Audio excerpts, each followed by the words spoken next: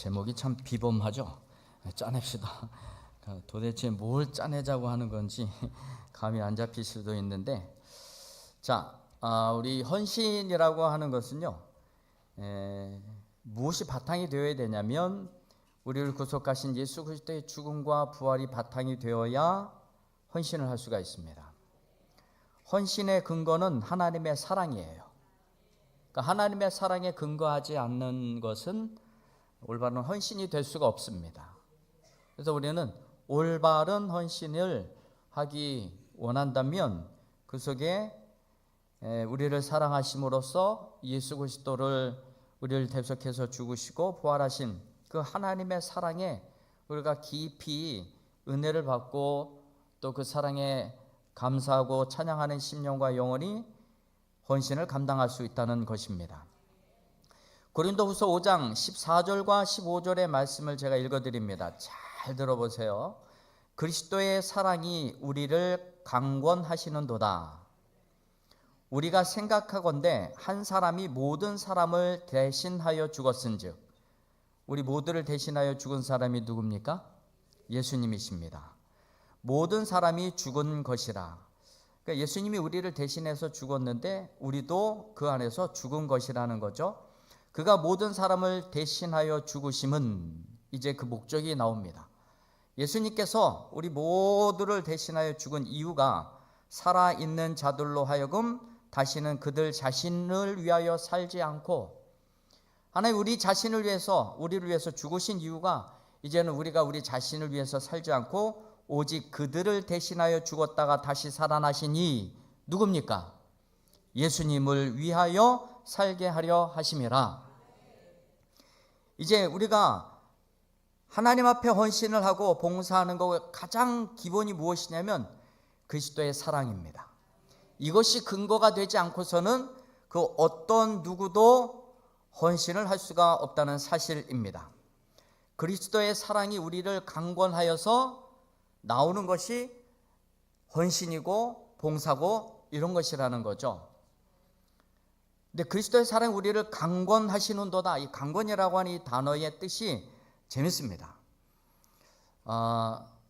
그 미용하시는 분들은 이 코에, 남자도 그렇고 이 블랙헤드라고 그러죠. 검은 거 막 있는 거. 저도 가끔 이런 거 있으면 이거 그냥 내둬서는 안 돼요. 짜내야 속이 시원해요. 그래서 이렇게 손으로 꾹 누르면 점심 먹고 난 다음에 좀 죄송합니다. 여기 쭉 나와요. 짜내면. 그리고 치약 있잖아요. 치약도 이렇게 쭉 밀어짜면 어떻게 됩니까? 그 치약이 쑥 나옵니다. 그와 마찬가지로 우리가 헌신이라고 하는 것은, 이 강권이라고 하는 이 단어가 이 사방에서 쥐어짜는 걸 의미합니다. 결국은 그리스도가 강권하여 그 결과적으로 헌신하게 된다는 것은 그리스도의 사랑이 우리를 막 압박하는 거예요. 자꾸 짜내는 것입니다. 또 요래도 헌신 안 할래, 요래도 헌신 안 할래. 하나님이 계속해서 푸시하는 거죠. 근데 그것이 강압적인 게 아니라니까요. 그것이 총과 칼을 든 자의 그런 권세가 아니라니까요. 하나님의 사랑인 겁니다. 하나님의 그 사랑이 우리를 쥐어짜서 결국은 헌신의 자리로 가게 만든다는 것이에요. 뒤집어서 이야기하자면 헌신할 줄 모르고 봉사할 줄 모르는 사람은요, 그 속에 하나님의 사랑, 그리스도의 이 강권하시는 사랑이 없는 거예요. 결국은 그리스도의 부활과 그 죽음과 부활에 대한 그 권세, 그 사랑이 그 속에 있지 않는다는 것입니다. 그래서 이 강권하다라는 이 단어 자체가 짜내는 거예요. 쭉 사방에서 그냥 딱 압박해 들어오고 짜내어서 결국은 그것이 우리를 헌신하게 만든다는 것이죠. 또 이 강권이라고 하는 이 단어가 소를 몰 때도 사용하는 단어입니다. 그러니까 소를 사방에서 다 몰아요. 그리고 우리 안에다 싹 집어넣습니다. 그것을 강권이라는 단어로 설명을 하고 있습니다. 그러면은 이 우리로 소를 사방에서 몰아 집어넣고, 그리고 그 우리에서 편안하게 쉬게 하고, 그리고 때로는 그 소에 젖을 짜 주어서 우유를 얻기도 하고, 결국은 주인이 원한다면 그 한 몸 희생하여서 꽃등심도 내어놓고 안찰상도 내어놓고 뭐 속꼬리찜도 내어놓고 뭐 그렇게 해야 되는 것 아니겠습니까? 그게 헌신인 거예요. 헌신에 대해서는 여러분들이 이런 사랑의 압박감을 가지고 하셔야 되는 것이 바로 헌신이라고 하는 것입니다. 여러분, 그렇지 않고 이 소머리를 해서 우리 안에도 집어넣는데 그것을 기어코 빠져나가는 소, 이런 소들은 주인의 돌봄과 그 주인의 그 손길을 받을 수가 없는 것이죠.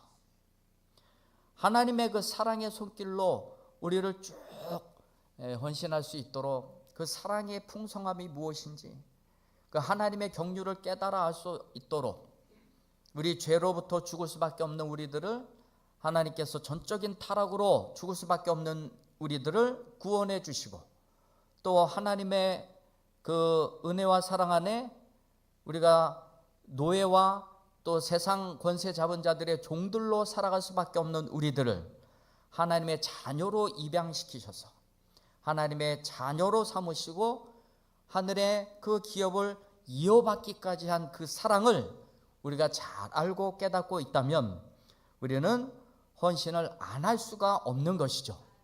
그러니까 우리가 헌신을 먼저 하기 위해서 우선되어야 될 것은 이 그리스도의 사랑을 깊이 있게 깨닫는 것입니다. 이 그리스도의 사랑을 깨닫지 못하면 우리는 하나님 앞에 그 어떠한 헌신도 감당할 수가 없게 되는 것입니다.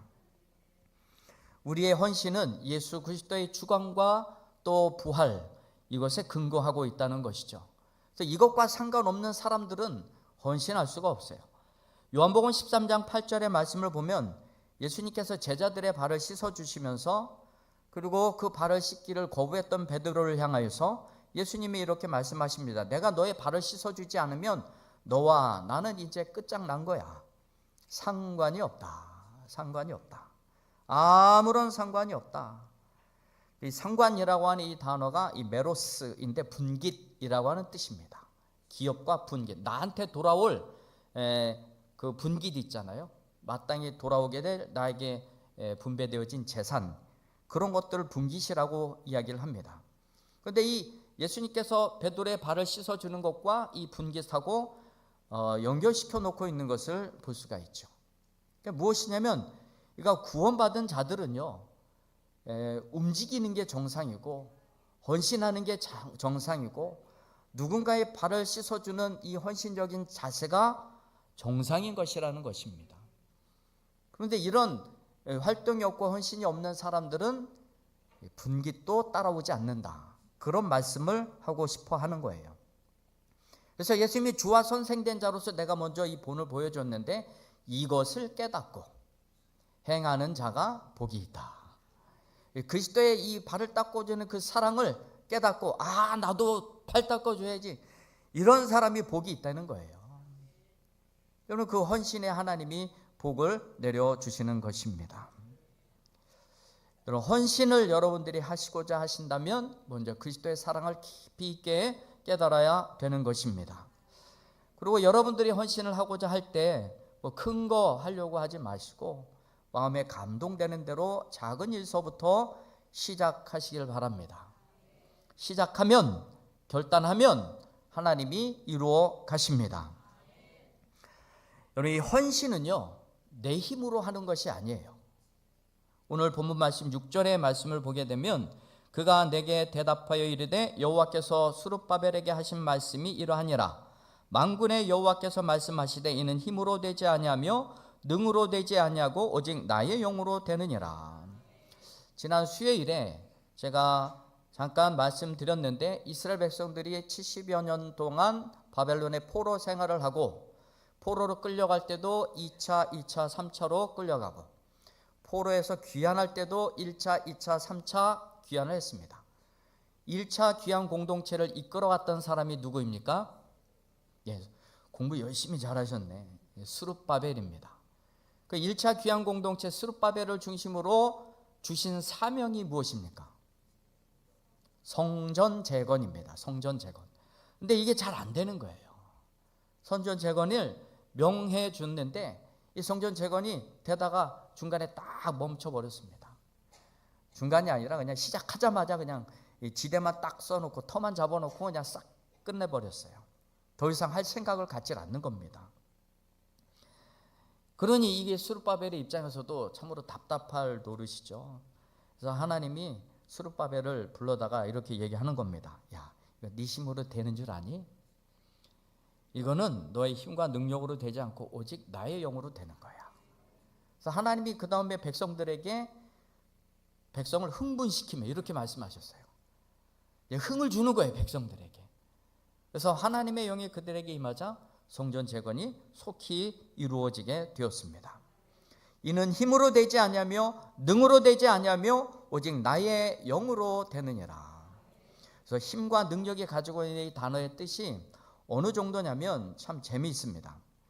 저만 재미있지 않기를 소망합니다. 그러니까 힘이라고 하는 이 단어가 이 육체적인 힘도 의미하지만 우리가 가지고 있는 재산 전부를 의미하기도 합니다. 그러니까 재력도 의미하는 거예요. 육체적인 힘 그리고 재력도 의미합니다. 그리고 또 한 가지 군사력을 의미하기도 합니다. 우리 천조국이라고 하죠. 천조국 어느 나라입니까? 미국을 천조국이라고 부르는데 왜 그러냐면 그 국방비가 조 단위예요. 조 단위 국방비가 어마어마하잖아요. 여러분 근데 우리 인간이 아무리 육체적인 힘이 있고 그리고 날고 뛰는 힘이 있다고 해도 그리고 재력이 있다고 해도 그리고 천조국과 같은 이 군사력이 있다 할지라도 이것으로 안 된다. 그렇게 말씀하고 있는 거예요. 그래서 능력이라고 하는 것은 힘, 능력을 의미하기도 하지만 이 능력이라고 하는 단어가 코아츠인데 또 다른 말로 이것을 동물의 이름에 쓴다면 어떤 동물을 여러분 쓸 것 같습니까? 이 코아츠라고 하는 이 단어를 동물의 이름에 붙인다면 어떤 동물에 붙이고 싶습니까? 이게 능력이라고 번역되기도 하면 힌트를 좀 얻을 수 있겠죠. 여기 코아츠라고 하는 이 단어를 동물의 이름에다가 붙인다고 한다면 어느 동물에다 붙이고 싶습니까? 이 코아츠가 능력, 힘 그런 뜻이에요. 그럼 어디다 붙일 수 있을까요? 사자 그럴 줄 알았어요. 땡 아닙니다. 카멜레온을 이 코아츠라고 부릅니다. 왜냐하면 이 카멜레온은 색이 변색이 되잖아요. 그럼 어디다 놔도 어디 있는지 변색을 하기 때문에 잘 몰라요. 이게 컬러를 바꿔가면서 자기 자신을 보호하는 이런 능력이 있다 할지라도 변색하는 능력, 우리 중국에 가면 그런 게 있죠. 변검. 그 얼굴 그 뭡니까? 한참 뒤집어 쓰고 휙 돌리면 그냥 검은색, 파란색, 빨간색 막 변해요. 참 신기하더라고요. 근데 그런 능력이 있다 할지라도 하나님의 능력이 아니면 안 된다는 거예요. 우리가 아무리 날고 뛰고 또 천조에 되는 군사력과 국방력을 가지고 있다 할지라도 하나님의 영이 아니면 그 어떤 일도 이룰 수 없다는 것입니다. 그래서 우리가 헌신을 하고자 한다면 내 능력을 의지하는 것이 아니라 그 어떠한 일, 크고 작은 일이든지 상관없이 하나님의 능력을 의지해야 된다는 겁니다. 여러분 아무리 내가 능력이 있어도 그걸로는 이룰 수가 없는 게 하나님의 일이고 하나님의 사역인 것입니다. 여러분 하나님의 영으로 어떠한 일이든지 되어야 될 줄 믿습니다. 여러분들이 하고자 하는 결단과 결심만 있으면 그 다음부터는 하나님이 이루시는 것이에요. 하나님 앞에서는요 우리가 크고 작은 일이 없어요. 크든지 작든지 하나님이 그 일을 행하는 사람을 기뻐하십니다. 왜냐하면 하나님의 사랑에 반응하는 자이기 때문에 그래요. 하나님의 사랑 안에 반응한 자이기 때문에 어떤 일이든지 간에 하고자 하는 그 심령을 보면 하나님이 기뻐하신다는 것입니다. 이건 작은 일이라고 우습게 여길 것이 아니라 하나님께서는 그 작은 일조차도 기뻐하시는 것을 볼 수가 있는데 3장 10절의 말씀입니다. 작은 일에 날이라고 멸시하는 자가 누구냐? 사람들이 스룹바벨의 손에 다림줄이 있음을 보고 기뻐하리라. 이 일곱은 온 세상에 두루다니는 여호와의 눈이라 하니라. 작은 일의 날이라고 멸시하는 자가 누구냐? 여러분 스룹바벨 손에 잡혀 있는 게 뭡니까? 다림줄 하나예요. 다림줄. 다림줄은 측량할 수 있는 도구입니다. 측량줄이에요. 근데 스룹바벨이 한 일이라고 하는 것은 이 측량줄, 다림줄을 잡고 있는 것이 전부입니다. 그런데 그것도 하나님이 기뻐하시는 거예요. 우리 하나님은요, 빗자루만 하나 들고 있어도 하나님이 기뻐하시는 거예요. 왜냐하면 예수 그리스도의 죽음과 부활, 우리를 구속해 주신 그 사랑에 반응하고 있기 때문에 하나님이 그것을 기뻐하시고 좋아하신다는 사실입니다. 여러분, 빗자루 하나라도 여러분 들을 수 있는 힘이 있다면 하나님 앞에 그 사랑에 반응하여 그것을 충분히 들 수 있는 은혜가 있기를 소망합니다. 그럼 하나님께서 뒤를 다 그 일을 행해 나갈 수 있도록 도우시고 힘을 주시는 것입니다. 그리고 하나님이 기뻐하시는 그 일에는 크고 작은 것에 별로 의미가 없어요. 반응을 하느냐 안 하느냐, 그거에 문제만 있을 따름입니다. 나를 위해 죽으신 예수 그리스도의 그 사랑과 또 예수 그리스도의 공로에 감사할 줄 아는 사람들은 반응하게 되어 있어요. 이 오스왈드 챔버스라고 하는 사람은 이렇게 이야기합니다. 누구나 하나님을 위해 비범한 일을 하고 싶어 하지만 그러지 못한다. 우리가 하는 것은 평범한 일을 비범하게 하는 것뿐이다. 우리는 하나님의 일을 감당하고 또 헌신을 할 때 굉장히 큰 것만 생각을 합니다. 또 어떤 비범한 일을 해내서 하나님께 영광 돌리는 것만이 헌신이라고 생각을 합니다. 그래서 때로는 빗자루 하나 들고 화장실 청소하고 바닥을 쓸고 이러는 것을 그렇게 우리 후하게 인정해 주지는 않아요. 그러나 여러분, 그 어떤 일이라 할지라도 그것을 비범하게 만드는 것은 나는 지금 하나님의 일을 하는 것이다. 이 생각을 가질 때에 비로소 그 평범했던 일들도 비범한 일이 되는 것입니다. 여러분, 비범한 일을 하려고 하지 마시고 내가 하는 이 평범한 일이 비범한 일이 되도록 하나님의 사랑 안에 사명을 감당하시기를 주님의 이름으로 축원드립니다. 여러분, 우리가 할 일은 빗자루라도 먼저 들고 시작하는 거예요. 헌신 이후에는요, 우리가 헌신을 감당하고 헌신 이후에는 하나님이 반드시 책임지시고 도와주신다는 사실을 기억하시기를 바랍니다. 7절의 말씀을 보게 되면 큰 산아 내가 무엇이냐? 내가 수룹바벨 앞에서 평지가 되리라. 그가 머릿돌을 내놓을 때에 무리가 외치기를 은총 은총이 그에게 있을지어다. 이제 성전을 재건하고 하는 데 있어서 수많은 방해 요소가 있었어요.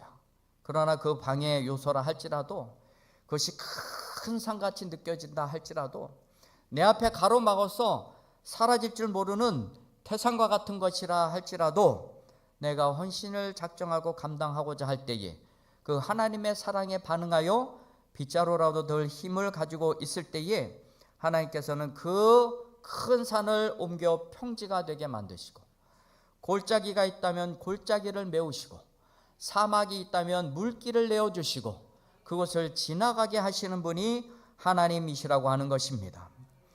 여러분, 이 성전 재건 이후에 그 성전 재건을 방해하는 그 큰 산을 평지가 되게 하신 하나님의 능력, 하나님의 힘, 그것을 통해서 우리가 헌신을 잘 감당해 나갈 수가 있다는 것이죠. 그래서 우리가 하나님의 능력과 권세 앞에는 그 어떤 것도 장애가 되지 않음을 기억하시고, 여러분들이 헌신만 작정하시고 또 결심하시면 하나님께서 내 앞에 큰 산도 물리쳐 내실 것이고, 또 골짜기가 깊어 못 넘어갈 때는 그 큰 산을 깎아서 골짜기를 메워 주실 것이고, 사막에 방향을 잃고 가지 못할 곳이라고 한다면 하나님께서 편히 갈 수 있도록 물길도 내어 주실 것이에요. 하나님은 시온으로 달려가는 그 길을 평탄케 하십니다. 목적을 가지고 나가는 모든 길 위에 하나님께서 축복으로 함께 해 주실 줄 믿습니다. 이렇게 은혜를 입은 자가 주의를 감당하는 거예요. 그래서 수룹바벨에게 이렇게 이야기하지 않습니까? 그 머릿돌을 내놓을 때에, 머릿돌은 건물을 다 짓고 난 다음에 마지막으로 올려놓는 돌이 머릿돌입니다. 그러면 이 공사가 다 됐다는 의미잖아요. 그 머릿돌을 내려놓을 때에 많은 사람들이 이렇게 얘기하는 겁니다. 자, 수룹바벨 참 하나님의 은혜를 많이 입었구나. 하나님의 은총을 많이 입었구나. 그래서 저렇게 성전을 지을 수가 있었구나. 그런 이야기가 나오게 된다는 것입니다. 여러분, 하나님의 은혜를 입어야 우리 성전이 재건되는 것이고, 하나님의 은총이 있어야 우리가 하고자 하는 헌신이 온전히 이루어지게 되는 것이고, 또 사명을 잘 감당할 때에 이 하나님의 은총으로 말미암아서 그것이 온전히 주님의 뜻대로 완성되어지고 준공 완료되어지고, 또 거기에 그동안 애쓰고 수고한 사람들의 이름을 하나님께서 붙여주신다는 것이죠. 요한계시록에도 하나님의 말씀을 온전히 듣고 순종한 자들에게는 성전의 하늘 성전의 기둥이 되게 해주신다. 든든히 떠받들고 갈 수 있는 그런 자가 되게 하실 것을 말씀하고 있습니다. 여러분들이 헌신을 잘 감당하고 나면 그 후에는 이 모든 것을 하나님이 이루신 것이기 때문에 하나님께 영광을 돌려야 돼요. 그 영광을 내가 가로채는 자들이 아니라 하나님께 영광을 돌려야 합니다. 우리 시편 115편 1절의 말씀입니다. 여호와여, 영광을 우리에게 돌리지 마옵소서. 우리에게 돌리지 마옵소서. 오직 주는 인자하시고 진실하심으로 주의 이름에만 영광을 돌리소서. 우리가 헌신을 하고 또 마당이라도 한번 쓸고 난 다음에 하나님께 영광을 돌리고 하나님께 감사하는 거, 이게 정말로 아름다운 모습입니다. 제가 어제 한 프로그램을 봤는데 배우예요. 근데 그 배우가 홀로 살아가는 것을 이렇게 찍어서 이렇게 방영을 하는데, 이 배우가요 아침에 일어나자마자 뭘 하는가 봤더니만 앉아가지고 침상에 앉아서 고개를 푹 숙이고 기도를 하고 있더라고요. 그리고 뭘 하든지 간에 감사하다, 감사하다, 감사하다, 끊이질 않아요. 계속해서. 방송에서 저렇게 하기 쉽지 않은데 계속해서 그가 뭘 할 때마다 먹고 나서든지 걷고 나서든지 그냥 무조건 감사하다, 감사하다, 감사하다, 이 얘기밖에 안 하더라고요. 여러분, 그 모든 그에게 행한 일에 대해서 그는 하나님께 영광을 돌리는 자이고 하나님께 감사할 줄 아는 자였다는 것이죠. 밥 한 술 뜨는 것도 하나님께 감사하다고 고백을 하는 거예요. 이게 얼마나 귀한 일인지 모르겠습니다. 여러분, 우리가 행한 일에 대해서 그 사울처럼 아말렉 족속을 무너뜨리고 또 일부 빼먹기는 했지만 그것을 감춰놓고도 그것을 지적한 그 사무엘 앞에서 그 사울이 했던 행동은 내가 그래도 아말렉 쳐서 이겼어, 기념비 세우러 가야지, 그러고 베델로 가버렸어요. 그리고 자기 손을 높이 들었다. 손을 높이 들었다는 것은 내가 했어, 이런 뜻입니다. 그래서 거기에 기념비를 세워놓는 것이죠. 우리는 그렇게 하지 마시고 하나님께 영광을 돌려야 되는 자들인 줄 믿습니다. 다만 우리는 도구로만 사용이 됐잖아요. 그럼 하나님께 영광을 돌려야 되는 것입니다. 여러분, 아르키메데스가 이런 얘기를 했습니다. 나에게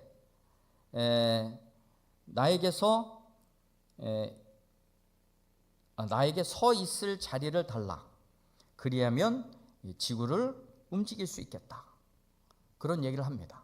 그럼 자기가 지렛대 하나만 가지고 있다면 어느 자리에서든지 자기가 지렛대를 가지고 지구를 움직일 수 있고 드러낼 수 있다, 이런 얘기를 했습니다. 여러분, 발상의 전환을 하게 되면 충분히 이런 이야기를 충분히 할 수가 있는데, 뭐냐면 이 지구가 얼마나 큽니까? 그런데 지렛대 하나 갖고 이 지구를 드러낼 수 있다는 게 쉬운 일이 아니잖아요. 그런데 그 조그만 거 가지고도 얼마든지 할 수 있다는 이 이야기를 아르키메데스가 하고 있는데, 역시 마찬가지입니다. 우리가 하나님 앞에 큰 헌신이 아닌 이 작은 지렛대 하나 갖고도 지구를 들 수 있으라고 얘기했었던 그 마음을 가지고 있다면 우리 조그만 것이라도 얼마든지 하나님 앞에 영광을 돌릴 수 있다는 이 생각과 마음이 하나님의 나라를 확장시켜 나갈 것이고, 또 우리 또한 그 사명을 감당할 때에 하나님 나라의 성전의 기둥 삼으시는 축복이 있게 될 줄 믿습니다. 그리고 머릿돌을 주님께서 딱 세워 놓으실 때에 거기에 참여한 사람의 이름, 시공자들, 뭐 시공한 날짜, 완성된 날, 이거를 다 적으시면서 우리를 기념해 주실 줄 믿습니다. 하나님의 은혜 안에 여러분 측량줄 하나를 든 수룹바벨을 잘했다 칭찬하시고 또 그것을 하나님이 보시고 기뻐하셨던 것처럼 작은 일 하나에도 사랑의 힘이 되어서 하나님 앞에 헌신을 감당하여 주님이 축복하시는 인생이 될 수 있게 되기를 주의 이름으로 축원드립니다. 기도하겠습니다. 우리 말씀 함께 기억하며 통성으로